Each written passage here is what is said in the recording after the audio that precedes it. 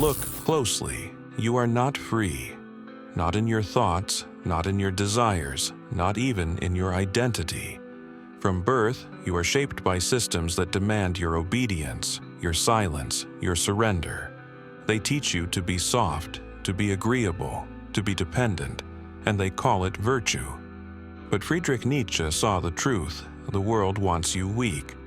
Because weak people don't question, they don't resist, they serve. This is not philosophy, this is a call to arms.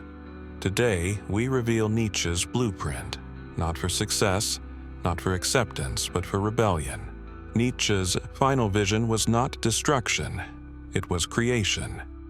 The Übermensch, the Overman, is not merely free from systems, he builds his own. He doesn't ask what is good, he defines it. He doesn't follow meaning, he creates it. He doesn't worship gods, he becomes one. But becoming the Übermensch is not a title, it is a battle. You must slay the lies you were raised on, face your shadow without flinching. Accept suffering as a forge, not a punishment. Walk alone when others mock or flee. You will lose friends. You will offend cowards. You will be misunderstood. Good. Because those who are understood by everyone have never created anything worth remembering. Modern society praises equality, tolerance, humility on the surface. But beneath it lies a darker strategy, submission. Weakness is rewarded. Self-censorship is applauded. Obedience is mistaken for morality. You're told strength is toxic. Masculinity is dangerous. Individualism is selfish. Truth is offensive. But Nietzsche warned, this isn't morality. It's resentment disguised as virtue. The weak want you weak, because your strength reminds them of their failure. They build systems where questioning is punished and mediocrity is normalized. And so, the modern man becomes spiritually numb. Morally domesticated, psychologically castrated, a tame animal in a gilded cage. But Nietzsche offered a different path. A path of danger, a path of greatness, a path that begins with rebellion. Nietzsche divided human morality into two categories. Slave morality, values shaped by the weak to make strength seem evil.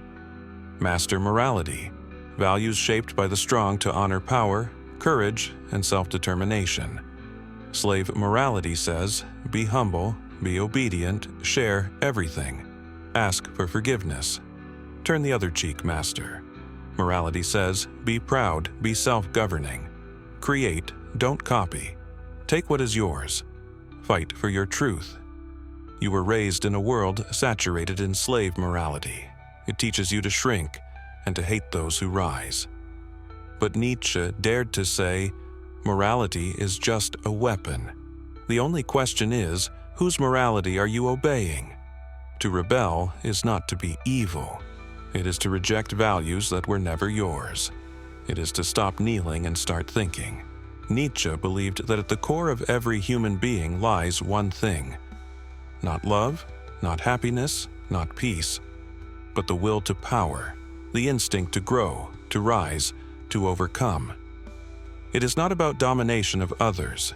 It is about self-overcoming, to lift your life out of mediocrity, to confront your fears, to build your vision, to become stronger than who you were yesterday.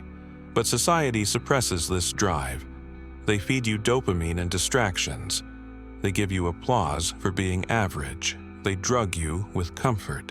Because if you awakened that primal force within you, you would no longer be manageable. You would no longer need permission or approval or the herd. You would stand alone, and that terrifies them, because one lion awakens the others. Rebellion is not rage, it is structure. A man without discipline is not free, he is chaotic. Nietzsche admired strength, but not brute strength. He revered the spiritually disciplined individual, the one who commands himself.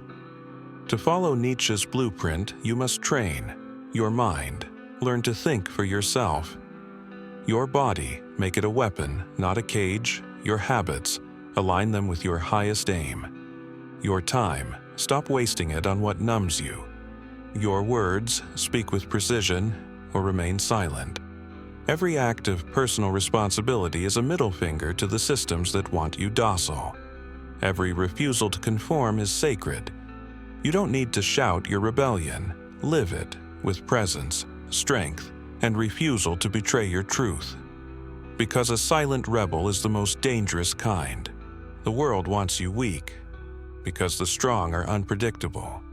Because the strong cannot be owned. Because the strong wake others up.